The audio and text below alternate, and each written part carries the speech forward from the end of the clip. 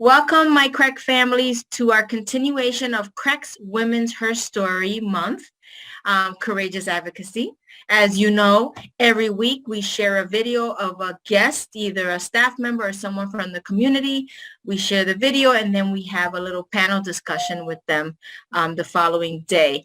And so today I have the pleasure of introducing someone who's become a very good friend of mine, Ms. Raina Giddings, who's the Senior Director of Investor Relations for the Metro Hartford Alliance. CREC is a member of the Metro Hartford Alliance, and we have done many events. They're the ones who do the Rising Star Breakfast events, and we know what's going on in the city and in the state, and they bring all the partners, all the investor partners, strategic partners together and make sure that our wonderful state, especially our city of Hartford, gets highlighted. So I am going to introduce to you again Raina Giddings, Senior Director of Investor Relations for Metro Hartford Alliance, and she's going to start just saying hello and telling us a little bit about her. Welcome, Raina, to the CREC family. Thank you so much for having me. I'm so humbled to be here.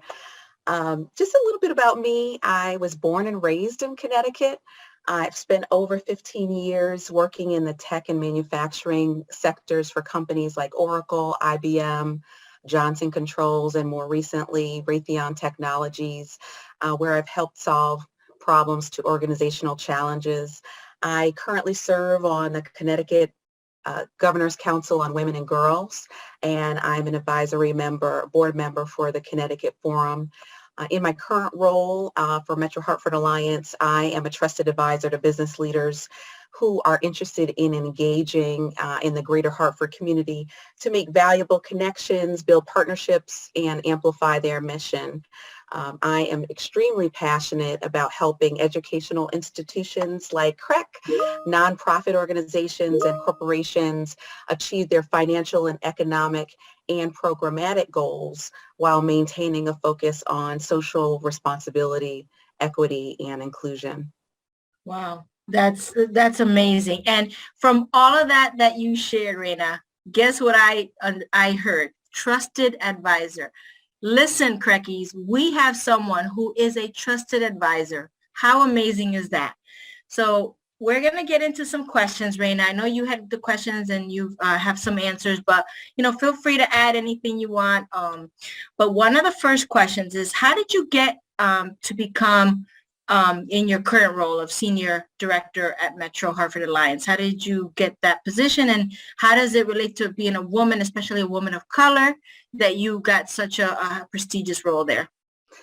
Sure. In my previous years, my background was in sales. As I mentioned before, I've had roles in working for software technology firms. I worked in manufacturing. And I had a unique opportunity where, I was always used to helping companies sell their products and services, but I really wanted to make a greater impact. And so how do we translate not only focusing on, the bottom line, but how does it make a difference in the community? And so I had a unique opportunity that was presented to me. It was a great opportunity for me to get closer to the business community and the community at large, and finding ways to really make, a greater impact. Oh, that's amazing. So I am sure that in all of that, you have come across, where you have to advocate and maybe add some courage to that to fight for what's right. So how do you define courageous advocacy first, and then maybe tell us a little bit about an example of something you've done around courageous advocacy? Sure. I would say courageous advocacy for me means determining how I can make a positive change, exploring where there's an opportunity to do that, and pushing forward to affect that change.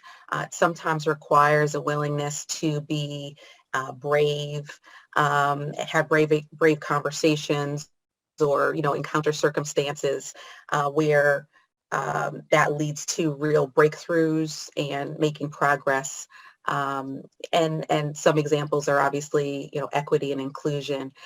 In 2020, I established the Racial Equity and Economic Development Leadership Committee, also known as READ, in collaboration with a number of our business and community partners. It was created to advance racial equity and gender equity in economic development by increasing issue awareness, developing impactful programming that lead to concrete action. Our key pillars are, educating the business community, creating diversity awareness, if you will, business certification and development support, supplier diversification, and with a special focus on hospitals. And then last but not least, board diversification. So creating awareness and the importance of having more women and people of color in corporate boards and other leadership board opportunities. Okay.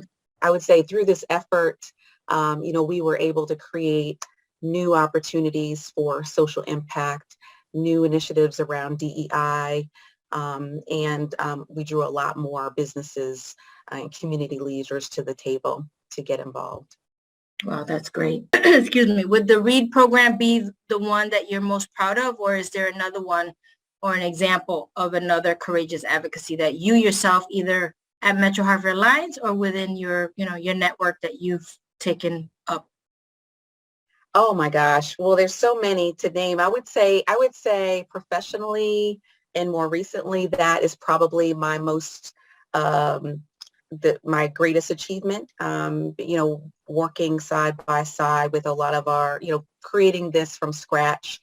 And, it's still developing, but being able to make an impact. And I've had a lot of businesses, leaders come to me and, show me and tell me how they've been able to take this information or take action within their own, whether it's their own careers or within their own organizations to help, push the needle forward. So to me, that's, a huge achievement. Okay. Well, whatever we could do here at CREC to help you on that, let us know. We have, lots of CRECies that are so smart and courageous advocates themselves that can probably help move the needle forward in any of those areas. So we're all here. The next question is, what is one thing you wish more people knew about women in the workplace? I wish more people knew that women are just as capable as men in terms of being strong, effective leaders. Women today are highly educated and qualified, but they just need more opportunity to prove that they can be exceptional leaders. So many times I think that women are overlooked for leadership roles just because people have never seen one in that particular area at the helm, if you will, in that particular field. But it doesn't mean that because there wasn't a woman in that role that they can't be successful in those duties. And so that's an area where I would really continue to encourage everybody to challenge their thinking in that area. That's very important. I know this is a hard one. What courageous woman advocate inspires you and why? That was a hard question because how do you narrow it down to just one person? My background, I would say, most of my career up until this point has been in sales. And so while I was working for IBM, I became aware of the IBM's first professional female saleswoman. Her name was Gertrude Brooks. She entered an all-male environment, yet she was able to succeed, despite all of the obstacles. As a result, she blazed a path for 7 or 8 other women who followed through her footsteps through this training school and then created this opportunity for more salespeople. And as you know, IBM is very successful to this day. it recently had its first CEO who was a woman, and it's also blazed the trail for other women in technology and STEM all across, the world. Um, Okay. one other person I would say that inspires me is Constance Motley Baker. She's also from Connecticut, which I didn't know. She became the first federal judge, and she was very active in making tremendous strides in education, which is also very important to me.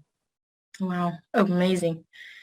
Thank you for sharing that. Those are two names I hadn't heard in a while. So thank you. One of the other questions is, what do you think is the most significant barrier to courageous advocacy for women in the workplace?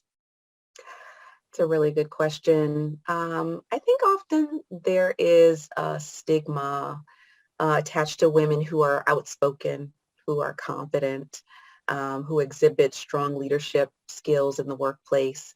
It's not equally associated with men who have these same traits. So I think the fear of this perception hinders some women from advancing professionally, though it shouldn't. There's always going to be critics, but your achievement will outweigh any kind of criticism. So I think that I really believe that allyship with men to achieve these goals are very important, but it's equally important to ensure that women are always supporting and encouraging, other women, and encouraging women who have these strong leadership capabilities to not be afraid to step into these roles that will give them an opportunity to elevate themselves professionally and personally. Doing so will create more opportunities for women to excel and bring about more gender equality in America, and empower others to feel like they can do the same. Right.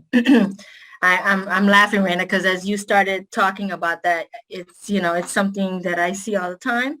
And I know as women, the women who are going to be watching this can tell that, we're professional, we're being recorded, so we can't say really what we feel of how we are being described out there when you're strong and, trying to get things done. So it makes me smile because I understand exactly what you mean.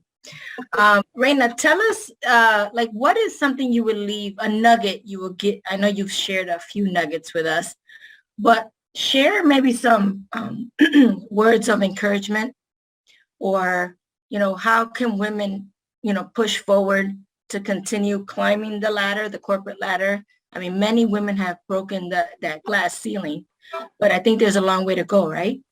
Absolutely. I would say my nuggets are push through even when you're uncomfortable.